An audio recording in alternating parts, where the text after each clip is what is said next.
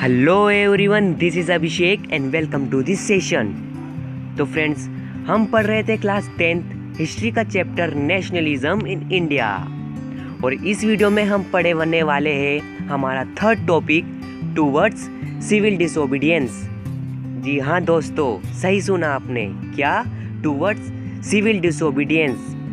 बहुत ही important topic है, तो आपका कंसंट्रेशन लेवल और फोकस लेवल 100% होना चाहिए। तो चलिए शुरू करते हैं। तो जैसा कि आपको पता है, non cooperation movement began in जनवरी 1921। जनवरी 1921 में नॉन कोऑपरेशन मूवमेंट शुरू हुआ था, ठीक है। और फरवरी 1922 में महात्मा गांधी ने नॉन कोऑपरेशन मूवमेंट को विड्रॉ कर लिया, यानी ख़त्म कर दिया। डेट याद रखिएगा, एक और बार बोल रहा हूँ आपसे, नॉन कोऑपरेशन मूवमेंट जनवरी 1921 में शुरू हुआ था और फरवरी 1922 में विड्रॉ कर लिया। क्यों विड्रॉ कर लिया महात्मा गांधी ने? क्योंकि तब because the movement was turning violent in many places. जैसा कि आप सभी को पता है कि महात्मा गांधी जी को वायलेंट बिल्कुल पसंद नहीं था, ठीक है। पिछली वीडियो में मैंने आपको बताया था चोरी चोरा इंसिडेंट के बारे में। जैसे ही उन्हें ये खबर सुनाई पड़ी, इंस्टेंटली उन्होंने नॉन कोऑपरेशन मूवमेंट को विड्रॉ कर लिया। अब गांधी जी ये सोचते थे, गांधी जी ये बिलीव करते थे, किसी भी मास स्ट्रगल से पहले, किसी भी मास स्ट्रगल को लॉन्च करने से पहले हमें हमारे पीपल को प्रॉपरली ट्रेन करना पड़ेगा। क्यों ट्रेन करना पड़ेगा? क्योंकि पिछली वीडियो में मैंने आपको बताया था कि हर किसी के लिए स्वराज का अलग अलग मतलब है, ठीक है। उन्हें ये बताना पड़ेगा कि हम ये मास स्ट्रगल किस लिए लॉन्च कर रहे हैं, ठीक है। आज़ादी के लिए लॉन्च कर रहे हैं, किसके खिलाफ लॉन्च कर रहे हैं, उन्हें प्रॉपरली ट्रेन करना पड़ेगा, ठीक है।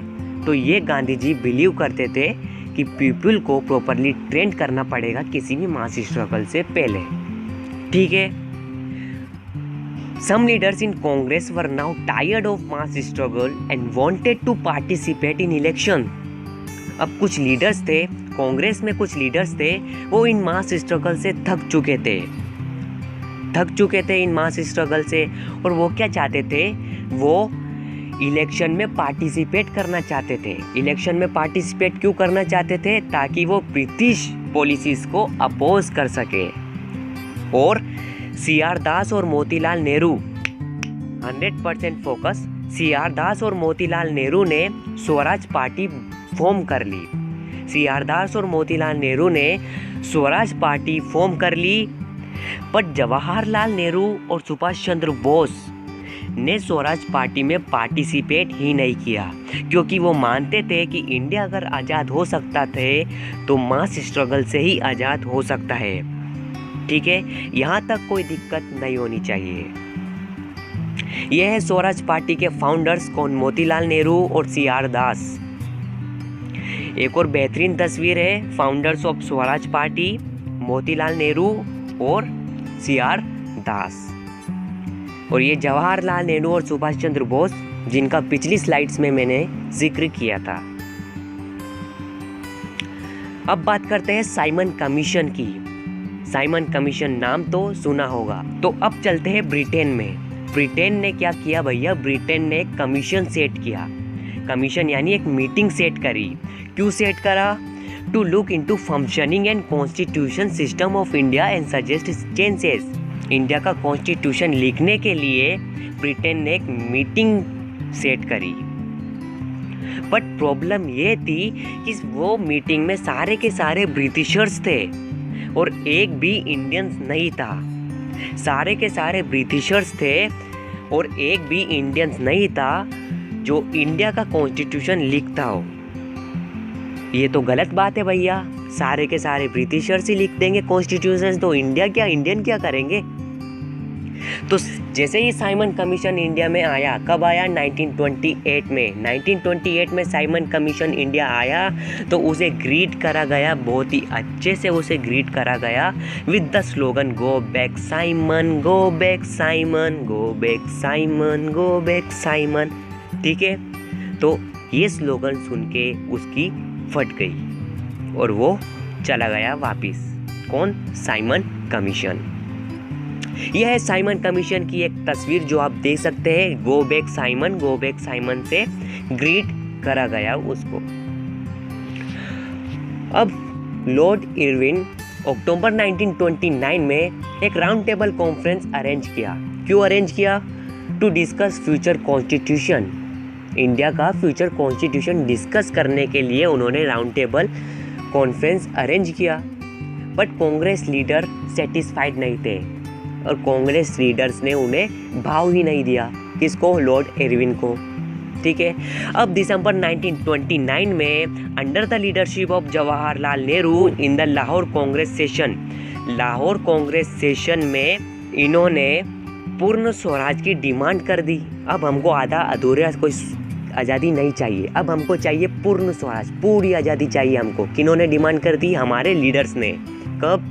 इन दिसंबर 1929 में under the leadership of Jawaharlal Nehru in the Lahore Congress session में। ठीक है।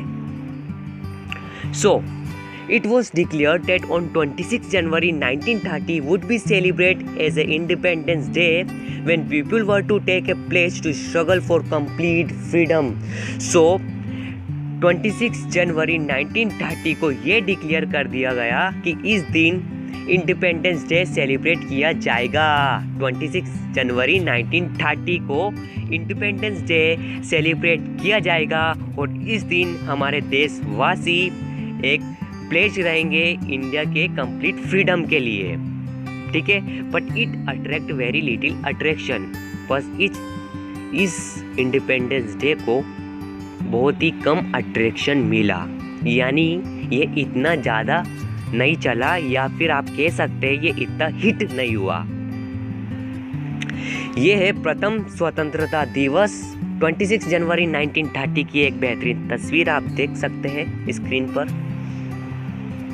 ये मॉन्यूमेंट में जाकर झंडा लहराया और पेज ली गई। आप क्लास 10th की हिंदी संचयन या स्पर्श का एक चैप्टर है, डायरी का एक पन्ना, वो पूरा ही 26 जनवरी 1930 के बारे में है। डायरी का एक पन्ना के नाम से वो चैप्टर है, तो वहाँ ये जो टॉपिक है वो बहुत ज़्यादा क्लियर हो जाएगा आपको। आगे देखते हैं। तो Mahatma Gandhi find another way of struggle.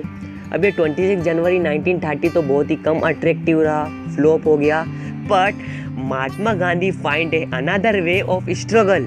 Mahatma Gandhi ने एक और रास्ता ढूंढ लिया, एक और नया रास्ता ढूंढ लिया। क्या था वो नया रास्ता? वो रास्ता था the salt march and the civil disobedience movement. जी हाँ, the salt march and civil disobedience movement. ये है सॉल्ट मार्च और सिविल डिसओबीडियंस मूवमेंट की एक बेहतरीन तस्वीर जो नेक्स्ट वीडियो में हम कवर करने वाले हैं। I hope you like the video. अगर आपको कुछ भी समझ में आया हो तो लाइक करिए। अगर आपको कुछ समझ में नहीं आया हो या फिर कुछ मिसिंग हो गया मुझसे तो आप कमेंट सेक्शन में लिखकर बता सकते हैं, मैं और इम्प्रूव करने की कोशिश करूँगा। So please like, share and subscribe to our channel and ऐसे ही सपोर्ट बनाए रखें फ्रेंड्स। और आपको क्या करना है? आपको स्टे मोटिवेटेड रहना है, स्टे सेफ रहना है, स्टे हेल्दी रहना है और घरों में रहना है। ठीक है। Thank you.